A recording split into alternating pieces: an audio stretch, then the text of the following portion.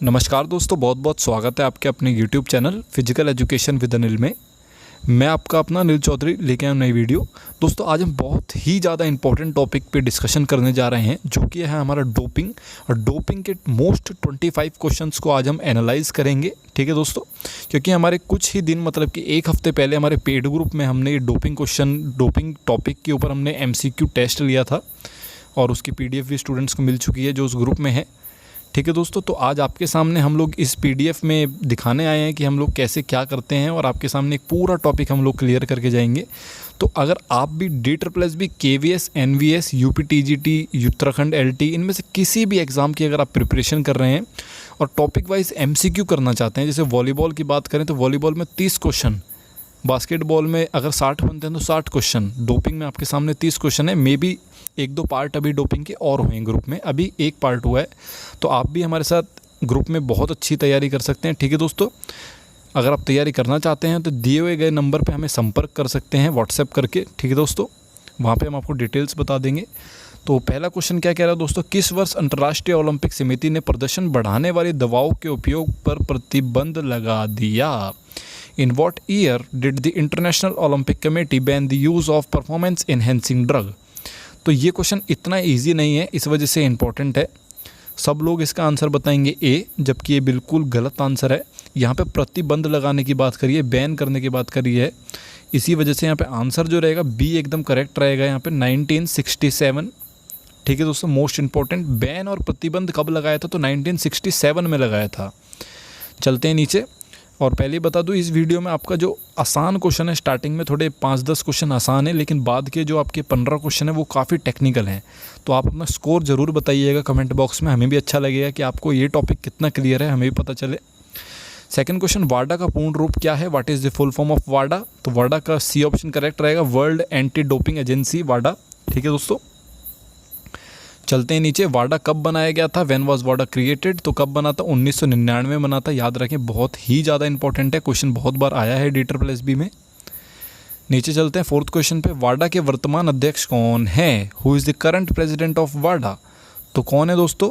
सही बताया आपने, विटोल्ड बांका, बी ऑप्शन एकदम करेक्ट रहेगा यहाँ पे, विटोल्ड बांका। याद रखिए, बहुत इंपॉर्टेंट है ये भी। फिफ्थ क्वेश्चन, नाडा कब बनाया गया था? When was Nada created? तो नाडा क्या है दोस्तों? नेशनल एंटी डोपिंग एजेंसी, मतलब कि इंडिया की आपकी डोपिंग एजेंसी जो है, इंडिया में जो डोपिंग को कंट्रोल करती है। तो सही बताया आपने, 2005 में इसकी स्थापना हुई थी। ठीक है दोस्तों, अभी इसका एक अच्छा क्वेश्चन नीचे ही आपको मिलता है। नाडा का वर्तमान अध्यक्ष कौन है? Who is the current chairman of NADA? तो दोस्तों करंट चेयरमैन कौन है? सही बताया आपने, मिनिस्टर ऑफ स्पोर्ट्स, मतलब कि इस टाइम पे कौन रहेंगे आपके? किरण रिजिजू जी। ठीक है, क्योंकि मिनिस्टर ऑफ स्पोर्ट्स वही है और करंट चेयरमैन की बात कर रहा है। और बहुत लोगों को गलत फहमी होगी इस बारे में कि ऐसा नहीं है। तो आप लोग प्लीज़ साइट पे जाइएगा, और साइट पे ये चीज़ आपको डिटेल में मिलेगी। वहाँ पे स्पेशली लिखा होगा कि चेयरमैन की जो पोस्ट है, चेयरमैन की नाडा में जो पोस्ट है वो आपकी किरण रिजिजू जी, मतलब कि स्पोर्ट्स मिनिस्टर को मिलती है, स्पोर्ट्स मिनिस्टर को। ठीक है दोस्तों, बाकी और भी मेंबर हैं, वाइस प्रेसिडेंट है, प्रेसिडेंट नहीं है, चेयरमैन है। सेवंथ क्वेश्चन, नाडा का आदर्श वाक्य क्या है? What is the motto of the NADA? तो सही बताया आपने, डी ऑप्शन करेक्ट रहेगा, प्ले फेयर, निष्पक्ष खेल। चलते हैं नीचे, एट्थ क्वेश्चन दोस्तों, प्रत्येक वर्ष एक एथलीट का कितनी बार परीक्षण किया जा सकता है? The maximum number of times an athlete can be tested each year is? तो ये कह रहा है भाई, अगर भाई आपकी एजेंसी जो है, चाहे वो वर्ल्ड एंटी डोपिंग एजेंसी हो, वाडा हो, चाहे नाडा हो, तो वो अगर उनको शक उगता है किसी एथलीट पे, या नॉर्मली वो चाहते हैं किसी एथलीट का आपका परीक्षण करना, टेस्ट लेना, तो वो कितनी बार कर सकते हैं? 2 बार, 5 बार, 20 बार, या असीमित है? तो पेड ग्रुप में सबने ए आंसर बताया इसका कि भाई 2 बार ही ले सकते हैं, उससे ज़्यादा नहीं ले सकते। मतलब कि काफ़ी सोचने वाली बात है। अगर मैं मानूँ जनवरी में कोई टूर्नामेंट होता है और किसी प्लेयर की डोपिंग टेस्ट होती है और वो नेगेटिव पाया जाता है, ठीक है, दोबारा होता है उसका, मान लेते हैं मार्च में, और दोबारा वो मतलब कि आपका नेगेटिव पाया जाता है, मतलब कि उसको दोनों बार डोपिंग टेस्ट में वो पास हो चुका है, उसने डोपिंग कुछ भी डोप नहीं करा है। ठीक है दोस्तों, कोई ऐसा उसने सब्सटेंस नहीं लिया है कि उसकी परफॉर्मेंस एक आर्टिफिशियल तौर से बड़ी हो, अच्छी हुई हो। तो इसका मतलब कि उसके बाद जो मार्च से लेके उसके दिसंबर के जो महीने हैं, ठीक है दोस्तों, ये जो टाइम है उसके पास आपका, इसमें वो कुछ भी ले सकता है आपके हिसाब से, उसका ना वो टेस्ट कर सकते हैं ना वो कुछ कर सकते हैं। एथलीट की अपनी मर्जी है, वो मौज लेगा बिल्कुल, ठीक है। तो ऐसा कुछ नहीं है, सही बताया, डी ऑप्शन करेक्ट है यहाँ पे, असीमित। ठीक है दोस्तों, जितनी बार अथॉरिटी चाहिएगी उतनी बार आपका टेस्ट होगा अगर आप एक खिलाड़ी हैं। 9th क्वेश्चन, प्रदर्शन बढ़ाने वाली दवाओं के उपयोग के लिए सकारात्मक परीक्षण वाला पहला ओलंपिक एथलीट कौन था? Who was the first Olympic athlete to test positive for the use of performance enhancing drug? तो सही बताया आपने, सी ऑप्शन करेक्ट रहेगा यहाँ पे, हेंस गुन्नर लिलजेनवाल, ठीक है। और ये एक शूटिंग के प्लेयर थे, शूटिंग के प्लेयर, ठीक है दोस्तों। और पहले एथलीट हैं तो सही बताया आपने, 1968 में पहला केस आया था, पहले मतलब कि पहला ये डिस्क्वालिफिकेशन था। और इन्होंने करा क्या था, ये भी बड़ी बात, मतलब कि एक थोड़ा सा फ़नी बात है, इन्होंने 2 बियर की बोतल पी थी, 2 बियर की बोतल, ताकि इनका जो संतुलन है वो बिगड़े ना, ठीक है, बॉडी एकदम रिलैक्स हो जाए, इनकी माइंड एकदम रिलैक्स हो जाए और अपने एम को एकदम निशाना लगा पाएँ, ठीक है। चलते हैं नीचे 10th क्वेश्चन पे, 10वें क्वेश्चन पे, प्रदर्शन बढ़ाने वाली दवाओं का पता लगाने के लिए सबसे आम परीक्षण विधि क्या है? What is the most common testing method for detecting performance enhancing drug? तो सही बताया, सबसे आम विधि क्या है दोस्तों? तो कलेक्शन ऑफ यूरिन सैंपल, मूत्र के नमूनों का संग्रह ले लेते हैं वो लोग और उसमें जांच करते हैं, उसमें आपकी डोपिंग का पता चल जाता है अगर आपने कुछ लिया है तो। 11th क्वेश्चन, कौन सा प्रदर्शन बढ़ाने वाली दवा टेस्टोस्टेरोन की तरह काम करती है, मांसपेशियों को बढ़ाते हैं? Which performance enhancing drug acts like testosterone increasing muscle mass in those who use it? तो सही बताया आपने दोस्तों, एनाबॉलिक स्टेरॉयड कहते हैं हम उन्हें, जो आपकी टेस्टोस्टेरोन की तरह मतलब कि वो आपकी मसल्स को बढ़ाते हैं, आपकी जो मांसपेशियों की साइज़ है, जो उसका डायमीटर है, उसको बहुत ज़्यादा बढ़ा देती हैं। 12th क्वेश्चन, उत्तेजक तत्वों द्वारा प्रदर्शन को क्या लाभ मिलता है? Stimulants benefit performance by? तो आपके उत्तेजक जो होते हैं आप जानते होंगे स्टिमुलेंट क्या होते हैं, तो सही बताया आपने दोस्तों, स्टिमुलेंट क्या होते हैं आपके, ए ऑप्शन एकदम करेक्ट रहेगा यहाँ पे। हृदय और श्वसन दर में वृद्धि और थकान के लक्षणों को दबाना, increasing heart and respiratory rates and suppressing the symptoms of fatigue. ठीक है दोस्तों, स्टिमुलेट का मतलब होता है आपको एक मतलब कि एक तरीके से एक नई तेज़ी दे देना, आपके दिमाग को एक तरीके से बिल्कुल जल्दी से, मतलब वो इतना ज़्यादा वर्क करने लग जाएगा कि आप सोच नहीं सकते हो। ठीक है दोस्तों। 13th क्वेश्चन, नार्कोटिक एनाल्जेसिक्स द्वारा प्रदर्शन को क्या लाभ मिलता है? Narcotic analgesics benefit performance by? तो बी ऑप्शन करेक्ट रहेगा यहाँ पे दोस्तों, एक दर्द निवारक है ये और बेहोश करने वाला प्रभाव, having a pain killing and sedating effect. ठीक है दोस्तों, आपने देखा होगा अगर आपका कभी ऑपरेशन हुआ है या घर में किसी का ऑपरेशन हुआ है तो वो ऑपरेशन से पहले क्या देते हैं, एनाल्जेसिक्स देते हैं। ठीक है, इनके स्पेशल डॉक्टर होते हैं, उनको पता होता है भाई किसको कितनी डोज देनी है, अगर उस डोज का असर नहीं होता तो और कितनी देनी है, तो वो उसके स्पेशलिस्ट होते हैं ताकि वो ऑपरेशन बड़ी इजीली कर पाएँ और जो पेशेंट है उसको दर्द ना हो। चलते हैं नीचे, एनाबॉलिक स्टेरॉयड द्वारा प्रदर्शन में क्या लाभ होता है? Anabolic steroid benefit performance by? तो सही बताया आपने, विकास, चिकित्सा और शरीर की मरम्मत को बढ़ावा देने वाले हार्मोन जारी करना, releasing hormone promoting growth, healing and body repair. Anabolics आपका मेन क्या है, आपकी बॉडी बनाने के लिए, मतलब कि बॉडी में मसल साइज़ बढ़ाने के लिए, ताकि मसल साइज़ कह लीजिए या मसल में इंजरीज़ है उनको जल्दी हील करने के लिए, थकावट लेट होने के लिए, सारी की सारी आपकी एनाबॉलिक स्टेरॉयड का काम होता है। 15th क्वेश्चन, बीटा ब्लॉकर्स द्वारा प्रदर्शन का क्या लाभ मिलता है? Beta blockers benefit performance by? तो दोस्तों क्या लाभ मिलता है? तो सही बताया, डी ऑप्शन करेक्ट रहेगा आपके, एड्रेनलिन की रिहाई को रोकना। ठीक है, मतलब कि उसको बनने से ये रोकता है। ठीक है दोस्तों, क्योंकि एड्रेनलिन आपको पता होगा आपको बड़ा ही जल्दी उत्तेजित कर देता है और आपको मतलब कि कंसंट्रेट नहीं करने देता है। और आप जब शूटिंग जैसे गेम खेलते हैं जहाँ पे आपको बिल्कुल आपको एक एक मोमेंट पे एकदम ध्यान बना के रखना है, तो आप बीटा ब्लॉकर्स जैसे आपकी ड्रग्स का इस्तेमाल करते हैं। चलते हैं नीचे, 6th क्वेश्चन, मूत्रवर्धक द्वारा प्रदर्शन को क्या लाभ मिलता है? ड्यूरेटिक्स बेनिफिट परफॉर्मेंस बाई? तो सही बताया, बी ऑप्शन करेक्ट रहेगा यहाँ पे, मूत्र स्राव को बढ़ाकर सिस्टम से तरल पदार्थ को समाप्त करें, eliminate fluid from the system by increasing urine secretion, मतलब कि टॉयलेट के जरिए जो हम मूत्र होता है आपका मूत्रस्राव, उसके जरिए बॉडी में से पानी को बाहर निकाल देना। और जब पानी आपका कम होगा बॉडी में तो ऑब्वियस सी बात है जो आपका वेट होगा, जो आपका वज़न होगा वो भी कम होगा। ठीक है दोस्तों, तो जितने भी हमारे वेटिंग कैटेगरी में स्पोर्ट्स होते हैं, जैसे बॉक्सिंग है आपका, ठीक है दोस्तों, रेसलिंग है आपका, इनमें हम लोगों को बड़ी जैसे रातों रात जैसे 60 kg का है कोई और एक दिन बाद उसका कंपटीशन है 68 kg उसको कैटेगरी में खेलना है और उसका 70 हो गया था, उसने ध्यान नहीं दिया, तो वो ड्यूरेटिक्स का इस्तेमाल करेगा और 68 kg उसका वेट हो जाएगा। ठीक है दोस्तों। 17th क्वेश्चन, मानव विकास हार्मोन का उपयोग करने का क्या लाभ नहीं है, which is not a benefit of using human growth hormone. तो काफ़ी अच्छा क्वेश्चन है ये लोग, तो सही बता आपने, बी ऑप्शन करेक्ट रहेगा यहाँ पे, बी। ठीक है दोस्तों, बी ऑप्शन करेक्ट है।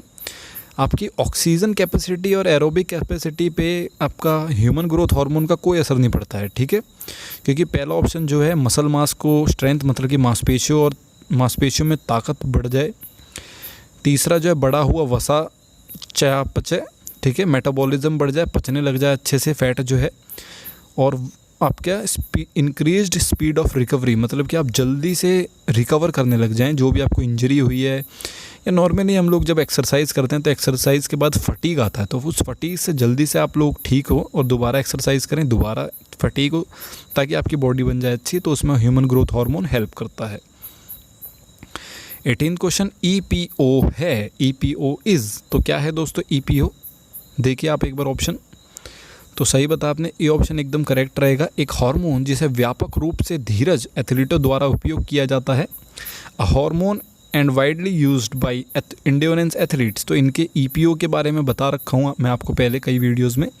इराइथ्रोपोइटीन इसका नाम है, ठीक है, एक हार्मोन है जो किडनी रिलीज़ करती है, किडनी, ठीक है, किडनी आपका विटामिन डी भी रिलीज़ करती है, याद रखें, बहुत ही ज़्यादा इंपॉर्टेंट है। और इराइथ्रोपोइटीन करता क्या है, बोन मैरो में जाके रेड ब्लड सेल्स RBC इनको बढ़ा देता है। ठीक है दोस्तों, बढ़ा देता है, ठीक है, और आप ऑक्सीजन ज़्यादा ले सकते हैं फिर, क्योंकि RBC में हेमोग्लोबिन होता है और हेमोग्लोबिन ऑक्सीजन को अपने साथ लेके जाता है सेल्स तक। और जब ऑक्सीजन ज़्यादा मिलेगी तो आपका एंड्योरेंस भी अच्छा होगा, आपका धीरज भी अच्छा होगा, आप ज़्यादा देर तक चीज़ें कर पाएंगे। चलते हैं 19th क्वेश्चन पे दोस्तों। इम्फेटामाइंस आर एन एग्जाम्पल ऑफ, तो दोस्तों इम्फेटामाइन इसका एक उदाहरण है। तो किसका उदाहरण है, सही बता आपने, उत्तेजक का एक उदाहरण है। ठीक है दोस्तों, वैसे तो देखो ये आपका उत्तेजक है, एक स्टिमुलेंट है, लेकिन जो हमारे काफ़ी जिम में ट्रेनर्स हैं और हमारे काफ़ी मतलब कि फ़ॉरेन में भी, तो अब तो खैर कम हो गया, लेकिन इम्फेटामाइन को हम लोग ओबेसिटी को कम करने के लिए भी देते थे, मतलब कि मोटापे को, ठीक है, मोटापे को ये भी ये करता है। हालांकि नॉर्मली ये इसका मेन फंक्शन क्या है दोस्तों, तो मेन फंक्शन इसका है ADHD। इसकी फुल फॉर्म बताइए जल्दी से। हाँ सही बता रहे हैं आप लोग जी, आपने जो बताइए एकदम सही बताइए। ठीक है दोस्तों, तो यहाँ पे होता क्या है, ADHD जो डिसऑर्डर है आपका, तो उस डिसऑर्डर को ये कम करता है। ठीक है, ये एरो पता नहीं कैसे आ गया जी चलते नीचे। नेंड्रोलोन और THG इसके उदाहरण हैं। नेंड्रोलोन और THG आर एग्जाम्पल्स ऑफ, तो दोस्तों THG मैंने आपको बता दिया, ह्यूमन ग्रोथ हार्मोन। ठीक है, ह्यूमन ग्रोथ हार्मोन, तो स्टीरॉयड है ये एक, ठीक है, एनाबॉलिक्स में आता है, स्टीरॉयड है। चलते हैं नीचे।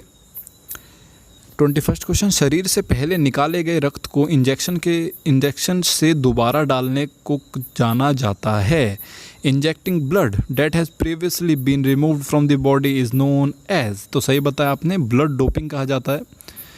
ठीक है दोस्तों, बहुत सारे लोग पहले खून को इंजेक्शन के द्वारा बाहर निकालते हैं किसी डॉक्टर या किसी सर्जन की हेल्प से, या मेडिकल स्टोर, नॉर्मली इंडिया में तो सब कुछ पॉसिबल है। और फिर उस ब्लड में हेमो मतलब कि RBC की संख्याओं को किसी जरिए से बढ़ाते हैं और फिर उस ब्लड को दोबारा बॉडी में डालते हैं ताकि ऑक्सीजन की जो कैपेसिटी है वो बॉडी की बढ़ जाए। ठीक है। 22 क्वेश्चन, कनाडाई स्प्रिंटर बेन जॉनसन जिन्होंने 1988 के सियोल ओलंपिक्स में 100 मीटर का पुरुष जीता, यहाँ पे पुरुष नहीं होगा दोस्तों, पुरस्कार होगा। लेकिन किस दवा के सकारात्मक परीक्षण किया गया? Canadian sprinter Ben Johnson who won the men's 100 meters at the 1988 Seoul Olympics but tested positive for which drug? तो बेन जॉनसन काफ़ी फेमस नाम है, ठीक है दोस्तों। 100 मीटर में गोल्ड था इनका, लेकिन बाद में पता चला कि 1988 में गोल्ड था सियोल ओलंपिक्स में, लेकिन बाद में पता चला इन्होंने स्टेनोजोल ले रखा था, ठीक है। स्टेनोजोल काफ़ी फेमस आपका स्टीरॉयड है ये, तो उसकी वजह से इनको मतलब कि रिमूव, इनका डिस्क्वालिफिकेशन कर दिया गया, इनसे मेडल वापस ले लिया गया। 23rd क्वेश्चन, रक्त डोपिंग एक एथलीट के धीरज और एरोबिक क्षमताओं को कैसे बढ़ाता है?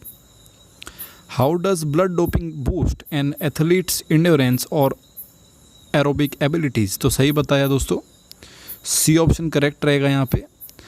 मैंने आपको ऊपर बताया खून में डोपिंग क्यों करते हैं, ताकि ऑक्सीजन को बढ़ा पाएँ, ठीक है। ऑक्सीजन की जो क्वांटिटी है, जो उसका मात्रा है, उसको बढ़ा दें ताकि इंड्योरेंस बढ़ जाए आपका।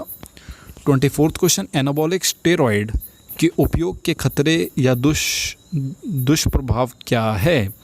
व्हाट आर द डेंजर्स और side effects of using anabolic steroids?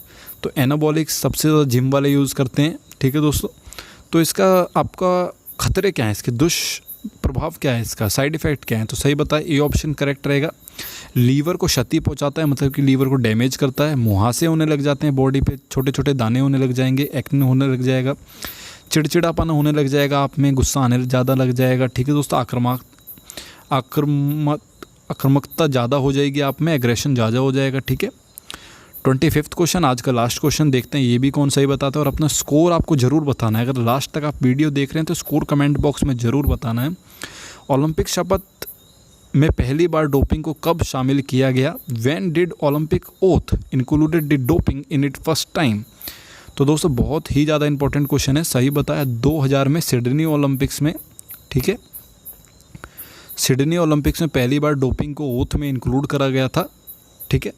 तो आज के लिए दोस्तों वीडियो इतनी ही है। आई विश वीडियो आपको अच्छी लगी होगी। अगर आपको वीडियो अच्छी लगी है तो चैनल को सब्सक्राइब कर लें, वीडियो को लाइक करना ना भूलें, और अपने सारे दोस्तों में इस वीडियो को शेयर कर दें, और कमेंट बॉक्स में अपना स्कोर ज़रूर बताएं, चाहे कम हो चाहे ज़्यादा हो, स्कोर आपको बताना ही बताना है, ठीक है दोस्तों। इससे आपको अपने लेवल का पता चलता रहेगा और इम्प्रूवमेंट आप ज़बरदस्ती लाएंगे अपने आप में, ठीक है दोस्तों। Have a nice day, bye bye.